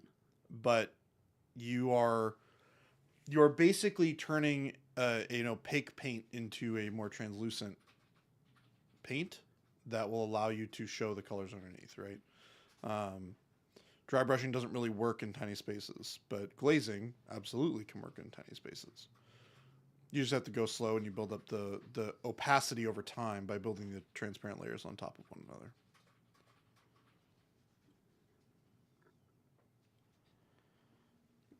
Got any more of that wizard's butt?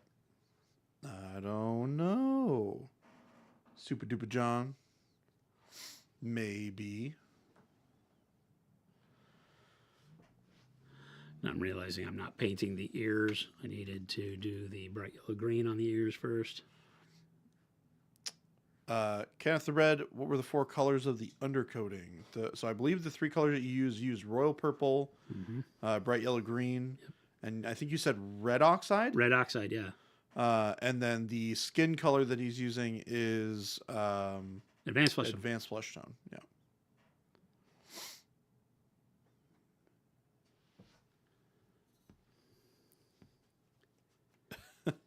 What made Christmas Sushi look so serious when they sculpted this bust of him? Can you imagine if you walked into the office and Christmas Sushi looked like this guy? Oh, he was like that today when he was working on the floor, and I came in and gave him grief. Oh, he was. Oh, he was totally. Not he was totally Tiger L. Anthony. Hey, he Jason. He Tiger L. Anthony'd me, guys. Why is it so warm in here? Can we turn the AC on? He was so bitching hot up here. a storm about how warm it was, and me turning up the heat. It Yeah. wasn't chat. Jason, we can really lay it on thick now because he really can't communicate with us in the same way that he normally would. Oh boy, he will. Don't push him. Oh. I know that he's going to hold himself back to the best All of right, his chat. ability. See what I deal with, Chet? See what I have to deal with here, chat. Yes, you guys will notice that my mic will go in and out. That is specifically for recording purposes. I am, if you're just now tuning into us, a lot of these bits that Jason does are very, very informational, and VODs are great. But this is going to be a better way to basically make really just fancier clips. Think of it that way, right? That 5-minute bit of even me when I learn something too about like glazing, that's a great 5-minute bit. So that's kind of the objective with the whole new stream. So sometimes you'll hear me going in and out, and that's kind of the purpose of that. So on the back end for production wise, it makes sense for live stream because we're also doing that simultaneously, kind of killing a lot of birds with one stone. So bear with me when you can't hear me sometimes.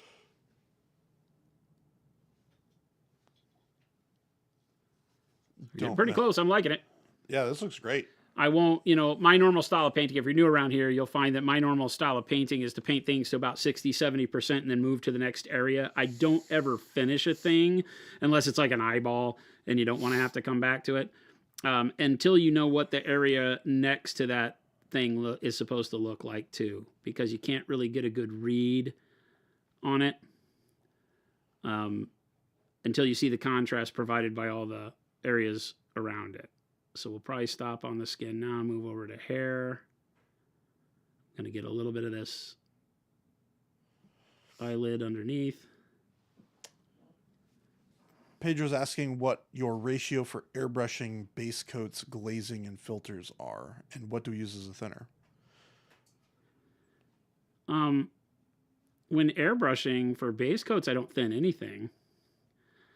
I usually spray direct from the bottle for base coats because I keep that vibrancy that way.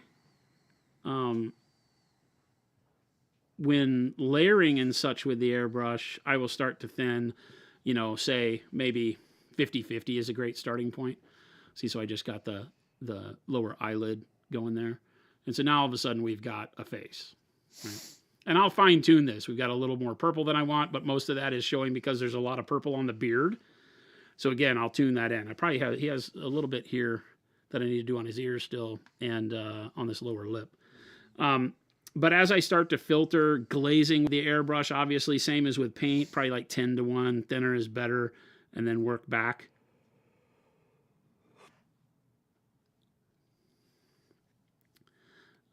But again, that's a lot of your feel and where your comfort is. A lot of people don't like airbrushing hyper wet colors because it will float on the model, skate, spiderweb, whatever you want to call it, blow out. So you got to get really comfortable working in close at, some people will lower the pressure on the airbrush when they start to thin their paints more. But I know other people that will raise the pressure on the airbrush when they start to lower their paints more. So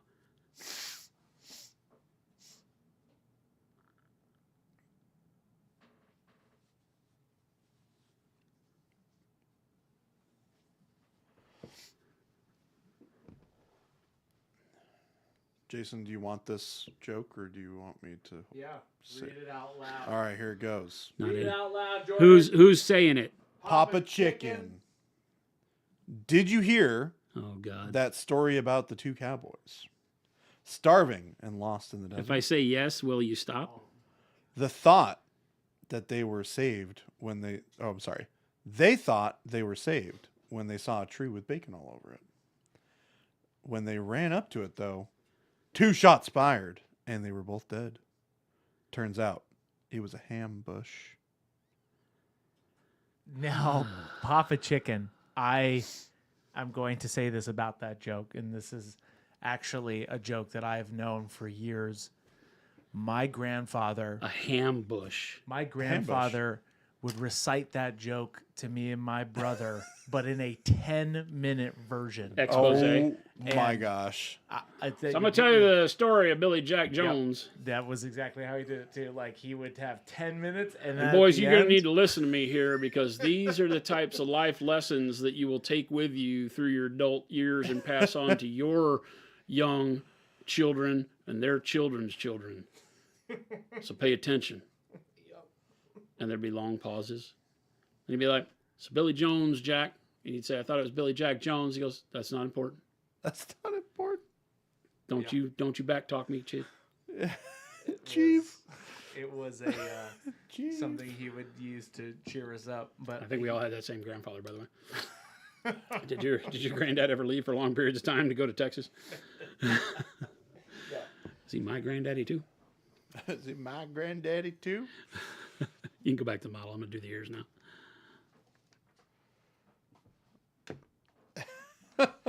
Ghost Hunter. Christmas Sushi's grandfather was a real man's man. He was a Space Marine chaplain.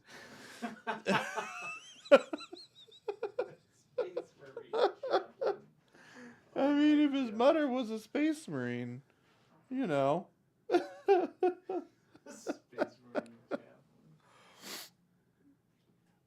Don't worry, Wad. We still love you, even though your meeting won't end. Awkwardish. Joke's on you. My parents lived in Texas and Arizona. Why are you not in Arizona? To heck with Texas. Arizona's cool. We What? like Arizona. Careful, boy. Hey. I'm just repping how awesome Arizona is, all right? I got nothing against Texas. Careful, boy. Except for the fact it's really humid. But it's not humid here. It's nice and warm. It's great. Arizona's wonderful. Derp Stick. Well, I just ordered a bunch of paint, including the undercoat colors that Jason used, the bright shadow flush as well. That's awesome. Awesome. Remember, you've always got the Discord if you have any issues once you start trying it. We're always on there. We'll get you going. If you guys see Jordan giving me steely looks, that's because Because he should. I'll point over to him with my eyeballs and give him a steely look. Steely-eyed stare. Somehow we all became rangemen. All of a sudden. I have to admit your accent was quite good there, Jason. What's that? I said I have to admit your accent was quite good there, Jason. It's almost I like mean, you it's grew not up like in I Texas grew or up something. there or anything. Yeah. All right, Pinhead Larry. Now you get yours. I'm not.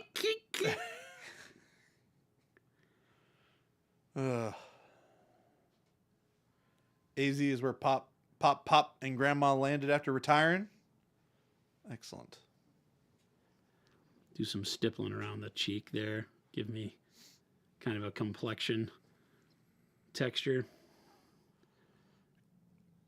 Even when you're glazing, stippling can work. It can actually work even better than normal when you glaze with a thinner color because it'll give you a more random pooling than just the dots you paint with your brush. Ghost Hunter ordered a vortex mixer? What? What are you doing? Ghost Hunter says, I have the entire line of Procol. Just need to order a vortex mixer because my less used colors are starting to separate. Don't order a vortex mixer. Just shake them. They got agitators in them and everything. All you need to do is shake them up good. Mixers. Well, no. There you go, chat. It's the same thing. That's not the same thing. You don't want to use a vortex mixer. What is this, 3:30? So in an hour and a half, we just showed you how to paint a face. There, I'm done. Thank you. There it is. And good night. You should have good night. committed and just walked off. There you go. Faces You 101. paint better skin than you've ever painted in an hour and a half. Go for it. Changed my mind. 4 colors, no highlighting. You know, everybody's talking about speed paints and contrast paints. Do that. Brah. Brah. 4 colors. All right, let's paint the beard. I'm thinking dark golden brown would be a good base. Yeah, guys? Yeah. that. Well, what kind of... Does he have a blonde beard? Yeah, he's blonde. Blondish gray because he's ancient now, right? Oh, it's Yeah. true. Yeah, I mean... So I feel like a blondish gray. I don't know how I'll add the gray in. Maybe with some bright ivory or something towards the end. Yeah, I mean, you can definitely, like, do those streaks of, like, the pale yellow. Dark golden brown, peeps. You get that, like, pale yellow, kind of dark I ivory just said in there peeps. to kind of show a little bit of that, like, Hate that salt word. and pepperiness, right? Hate that But word. with yellow. That's like saying blonde. deets. Here, I was just Give me the about to say, deets, dude. Here are the deets. No, we Oh, don't do deets gosh. Here over are the here. deets. Jason, Jason. We how don't have you do not killed deets, him yet? Christopher. Here are the deets. We don't do deets, Christopher. We do. We don't. If it's public. We don't. That was not live on screen. If it's and nobody public. heard it. All right. And nobody heard it. So now it's facial hair 101. Or hair. Hair / facial hair.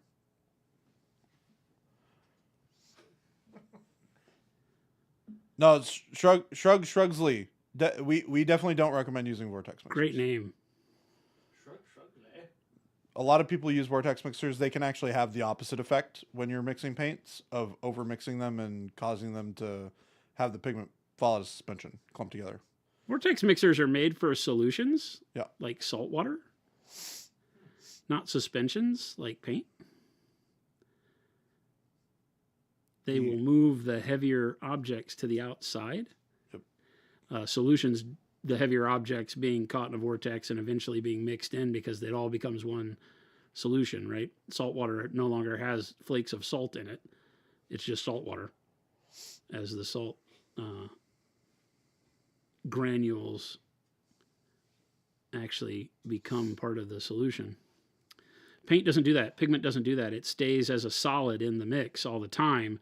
And so a vortex mixer will throw that to the outside and actually, if you keep it on there, will actually cause you problems. No matter what the paint. But I don't know where or who. Somebody found one in their science lab and it made their made them not have to use their arms to shake.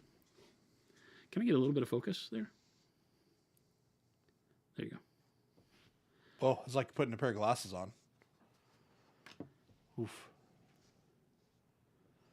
So much clearer now. Derpsick, what is the tonal difference between warm and golden yellow? Would either work fine for mixing with red and blue? So you can kind of think of warm yellow as having a little bit of like a very, very, very subtle amount of orange in it. Or red if you're being picky, but it's just a warmer yellow color. So it feels a little bit closer to that orange spectrum, but it's still very clearly a yellow. It does mix wonderfully with red, just like our golden yellow will. But you'll get a slightly different result.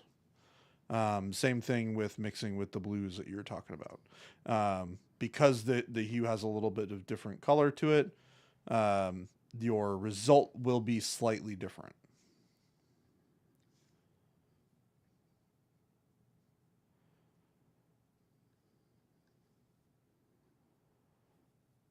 The golden yellow, believe it or not, is a little greener. Yeah.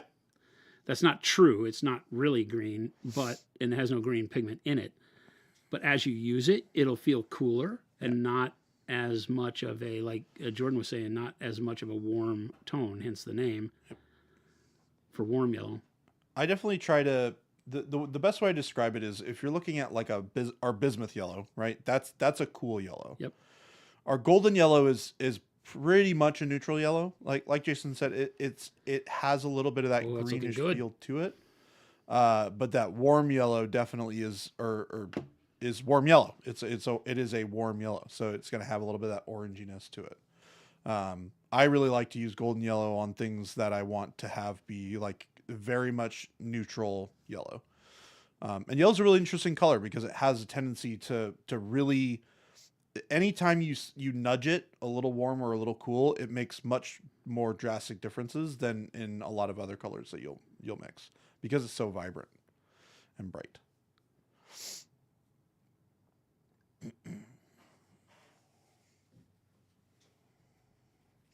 I am loving the way that advanced flesh tone glazed over that royal purple. It's really, really, really That's what I nice. found recently. I've been using it a lot on the Trench Crusade models, and the royal purple just it leaves just the right amount of cool in the shadows while not dragging like dark blue will drag the skin tone into almost like a 5 o'clock shadow feel. Yeah. Which obviously with him I'm not going for necessarily because he's got a beard, but the purple just gives us a depth. If I know my colors, if I know I'm going to be using Caucasian style skin, blonde beard, right, then I want to be able to cool that off without it feeling too cold, if that makes sense. Blues can tend to feel a little cold. Well, this is the nice thing, right? Because if you're taking just the dark blue versus royal purple, the royal purple is a warmer color than the dark blue is. 100%. So when even in the context of the skin tones that you're using, the royal purple ends up being the cooler color. It still has some warmth to it, so it feels very natural in a skin tone. Whereas 100%. that, like you were talking about, that 5 o'clock shadow is fairly cold because there's no blood flow. There's very little warmth. I mean, you have no warmth in your hair. It's not. Your hair is going to be black, or it's going to be the blonde, or it's going to be gray. Well, notice how once I get that purple that was on the beard covered with the dark golden brown, how now you get a better feel for what that skin really looks like. Oh yeah, it's wonderful. Right. So it's kind of like overspray with your airbrush. You got to make sure that you don't make decisions until you cut back all of the overpainting, because it's so dramatic what that will do to your view of your model when you have there's a little bit of dark purple in the hair up here. Well, I made bad decisions with the skin tone if I would have been like, it's too purple. No, paint the hair first, get rid of that purple, and then see how you like the skin, because you can still go back and fix it. And here I didn't do any underpainting on the hair itself. The dark neutral gray will be fine as just a shadow layer there. Yeah, so that's technically the under. Yeah, the primer is the undercoat, right? Even black is the underpainting. It's your shadow color that lets you have, an underpinning of a dark color that gives you shadow. But black is sometimes too much of a contrast to whatever else you're painting. I felt like on this model, black would be too much. Too heavy of a shadow when I'm doing busts and such sometimes. Now here, I'm taking the tip of the brush and letting it just create that little streak of hair up into the purple, right? Beards are sometimes tough because, you don't want a flat line where it hits the skin. So see how I've got just little brush strokes coming up into the flesh with the beard? And then the purple acts as kind of the blender between the skin tone and the actual color of the hair. And that'll start dialing in more as we go to highlights, because those areas will be where we highlight the beard the most.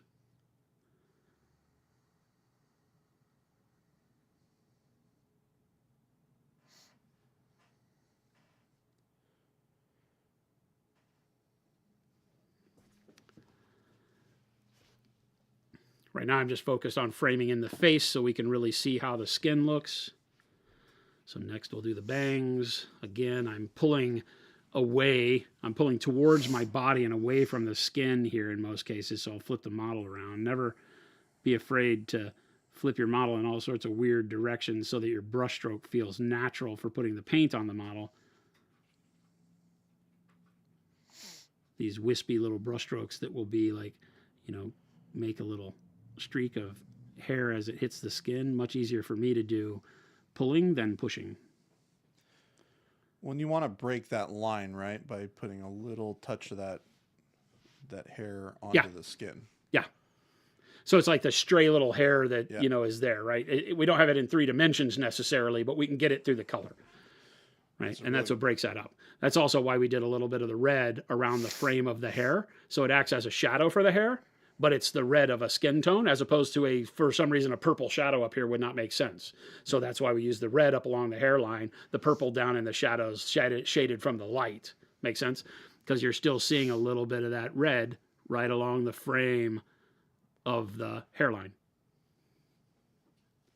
What will you do for ginger hair, Jason? Ginger hair? Like red hair? Yeah, Max is asking. I like a base of mahogany. Gives me a really dark, neat shadow tone for it. And again, it really just depends on how red you're looking. That kind of reddish orange that I associate with it would be great. Like orange red would be fantastic to move into. Right? And then skin tones as highlights is always the way to go with reds and hair. Warm flesh, dark warm flesh mixed in. Shadow flesh mixed in is a little too pink, probably. But the warm flesh is mixed into the red would be great. I think we've got a pretty good red tutorial on our shorts, do we not? Yep. You do a red hair, don't you? Yeah, I'm pretty sure we did a red hair a while ago. Yeah. I'll put up. Yes, if you go back to our shorts, we do have a methodology where Jordan does red hair. There's a YouTube link for you guys to click on. It'll get you directly there. Just hit our shorts tab and then scroll down. You'll see it in its wonderful glory. You can also check out all the rest of our shorts there as well.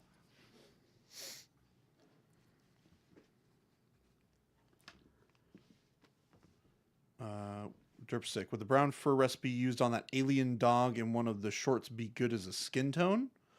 I mean, if you want the skin to be furry, yes. Oh, on what's his Lockjaw.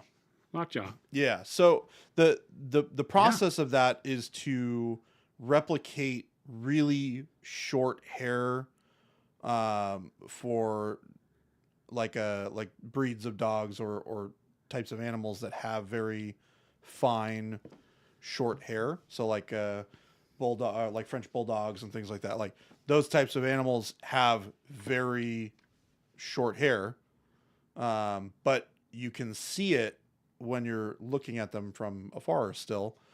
It just has this very fine texture to it. So that process in that short was designed to give you a good way to approach painting a miniature in that style, using tons of line texture when building up the shading and the highlighting of the model. I'm gonna give you guys a freebie. This one will blow your mind. A freebie? A freebie. Oh wait, they're kind of all free, aren't they? I'm gonna give you one that's gonna blow your mind, chat. If you look at all of our shorts, the thing you'll notice is they're all exactly the same. They're just different colors used in the same exact way. Yes. Where the only real differentiation other than color is the texture we create with our brush. So he'll create different textures for short hair because it'll have more of a quick, sketchy nature to it. Yep. You'll notice the dirty non-metallic metal gold that we just did. Jordan, when he was doing that, again, used a lot of sketchy texture to it so that when it was done, it looked like it was scratched at a micro, like it's been used, as opposed to nice, smooth blends like Flame On would do, where it looks like it's highly polished, perfect, right? But the way that the color is done on most of our shorts is exactly the same. A dark color blended into whatever your mid-tone color is going to be. So a dark red or mahogany mixed into a burnt red and then a bold pyro red highlight over the top of it. That same thing can be used to be paint hair, metal, a car. It doesn't matter. Texture is where that comes to light. So if you see a color in one of our shorts, you're like, that color's bitchin'. That color combo's awesome. And you want to paint it for hair, but we've shown you how to paint it on armor. All you have to do is add the texture with your brush strokes. And now it's hair. Same colors can be hair, can be any material you want. You just need to remember to change the way it looks to the texture of the thing you're painting. Fur will have more streaks in it, more little choppiness to it if you think about it. Whereas maybe when you're doing cloth, if you're doing silk, it would be more smooth. So you're going to go for smooth blends.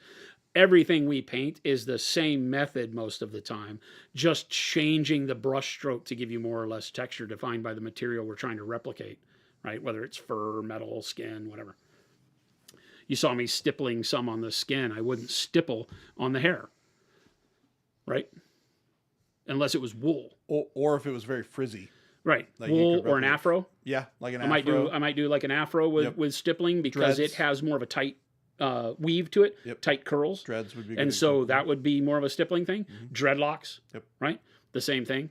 But you think about the texture. I wouldn't stipple this hair because this hair is like slicked back. It's going to have a sheen per clump of hair that's going to feel a lot like reflective surface, like metal maybe, but not quite that bright. So again, it's really a lot of studying on what textures and what materials look like in the real world, and then finding your brush habit, we'll call it, that allows you to create those textures in a way that appears, real enough to pull it off. So when people are looking at it, it's like, oh yeah, that hair looks bitchin'. Hey, Colonel, sorry guys, at a meeting and missed when Jason painted the face. Question, did he thin the paint that he used for the skin into a glaze, or did he use transparent paint? It's advanced flesh tone, thinned to a glaze. Nailed it. That's it. Yeah, it's four colors. The 300 painted colors, which are royal purple, red oxide, and bright yellow green, and then glazed advanced flesh tone over the top. That's it. That's all the skin is. And you're still seeing the red oxide, the royal purple, and the bright yellow green. 100%. So it prevents me from having to mix any kind of a highlight for my skin. It's such a lazy way. I will still have to create highlights for the skin, but what does this tell you? It tells me that I can get my mid-tone skin color by mixing red oxide with my advanced flesh tone, and I can recreate that color. Yep. I can get my highlight by mixing bright yellow green with my advanced flesh tone and get that color and paint it on highlights of the brow. So I can pop things like the wrinkle in his forehead. I can pop with that color, not as a glaze and an undertone, but as just a mixed paint. I've already determined what my mixes are. It's advanced flesh tone with those three colors, and now I can just create that on my palette and brighten it up how I need to. Ghost Hunter says El Tigre Anthony looks like an 80s action hero. Yes. He's certainly giving off that vibe. I came here to kick ass and chew bubblegum. Hey, Jason, Derpstick is asking what ratio you used of water to paint or glaze and wash medium to paint when you created that glaze. It's a great question. My glaze that I showed was just my number 3 brush filled with water. I just let the water, I would rinse it in my cup and pull it out of the cup and not wipe it on anything. And however much water this brush holds, I would go pull a tail out of color on the palette, and then I would use that as the glaze. And we did about 3 to 4 passes of glaze over the skin to get this coloring. So really straightforward, really easy, just water. If you're using glaze and wash medium, we talk about all the time, you probably want to start around, 5 or 6 to 1 and move up to maybe 50-50 as you go. 5 to 6 to 1. Yeah, because you want it to be thinner. That's the whole thing I was saying. You want it to be thinner than not so that you're never overtaking your underpaint. If you're not careful, you'll have too much color on one of those passes, and I would have covered up all my purple, would have covered up all my red, and then what's the point of the underpainting, right? It ruins the process. So going overly thin for this type of glazing. Normally when I'm glazing, if I'm glazing a highlight or a shadow, I don't go that diluted. So remember when I'm talking here, it's for this specific use case that I'm talking, not glazing in general. There is no, it's how long is a piece of string. That's why I always ask, what are you trying to do? Because if you're glazing and trying to retain the colors you're glazing over at a very high level, like when we're painting the skin here, then you want to go more diluted. More glaze wash medium, more water, whatever your choice is. And then more layers because you won't have as much color glazing on each time. So more layers to get where you are because that gives you control. Then you can say, this layer is not quite there. Let me let that dry and put another one. This layer's getting closer. Let me let that dry, do another one. This layer's perfect. And then you stop. You don't ever go past your exit, right? It lets you really pull over and drive in the right lane and find your exit exactly when you want to. Right? That's the slow and methodical way. When you get more confidence, you can go with less dilution, more color, and a lighter brush stroke, and you'll see it on the model as each stroke does its deal, and then you'll wipe off more on your skin and go back again, wipe off more, go back again, and maybe only do one pass. Right? It's not impossible to do what I just did with one pass of glaze. It's harder because you're going to want it to blend differently in shadows versus highlights. So doing multiple passes lets you control that too. Hopefully that makes sense. Estrella is saying this glaze talk is so helpful right now. I'm using dark burgundy for a cloak base coat and did dark yellow green for the actual cloth, not in the recesses. Now I'm glazing dark yellow green and bright yellow green to get some nice smooth transitions. First time ever. And it is so nice. Nice. Whiskey's also asking a quick question about recipes. Speaking of recipes, I recently picked up all of your paints. Awesome. Thank you. And I am about to try to use them to paint Emperor's Spears. Okay. Which I want to be black and yellow, right? Which I want to be a very weathered and chipped up sky blue.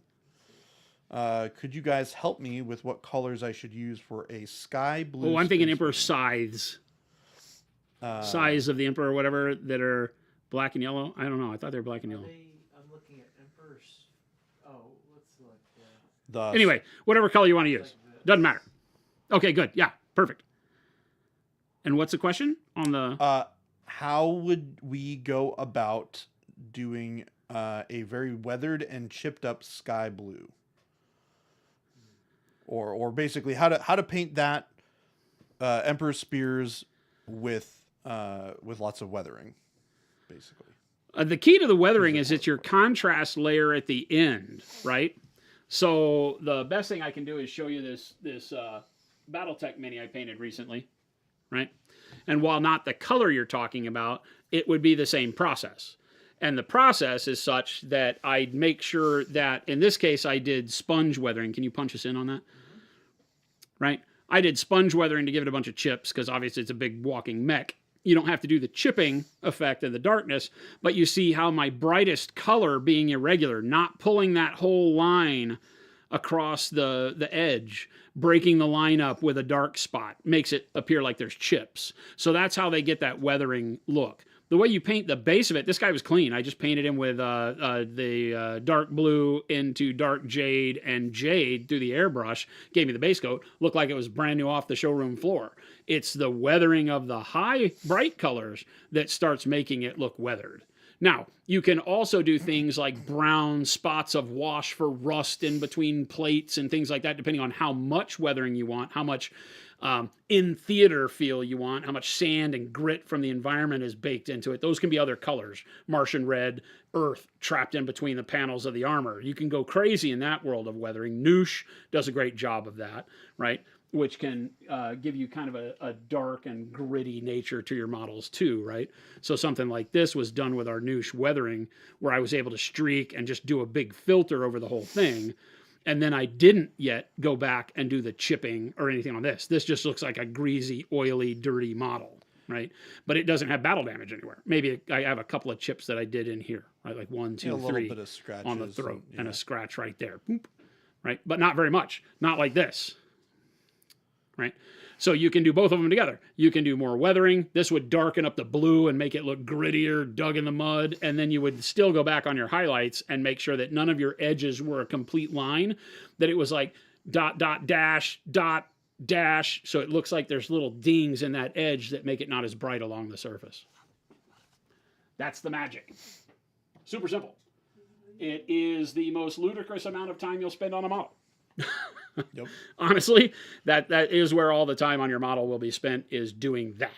Funny Those little enough, edge details. But at the end, perfect. in contrast, those two models took pretty much on the opposite spectrum of time to paint. Oh, yeah. Because you painted that Contemptor in like An hour. yeah, like super duper fast. Whereas I think you took like a week to paint the Big Mech or something like that. Oh, yeah. Yeah, doing each of the dings and scritches and stuff on the one guy will take a lot longer than doing the noosh and doing the weathering. For sure. That's just a matter of what do you want the outcome to be like.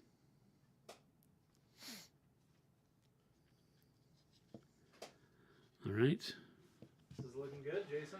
Yeah, I think that's it for today. Yeah, it's 401. Leave him zoomed in. Can you get a focus on him zoomed in? Yeah, let me do. I'm gonna do an ultra zoom Ultra zoom. What a handsome young fellow. So He's very concerned about something. give me a quick recap of what we did today, Jason. Yeah, the whole thing about today was underpainting flesh in few simple steps. We started with the face shape. We did royal purple in the shadows, so everything below the cheek level wound up being royal purple. The underneath of the eye sockets wound up being royal purple, and then the mid layer was red oxide. So the cheeks, the flush area of the cheeks to the temple and the ear was red. Up, and also we used red framed across the forehead, and then the forehead proper was done in bright yellow green along with the nose, right, the ridge of the nose and the top of the cheeks on him too, right, and then we just glazed advanced flesh tone, right. So it was 4 colors. It was the royal purple, if you want to back out just a little bit, right. We did royal purple as the primary shadow color.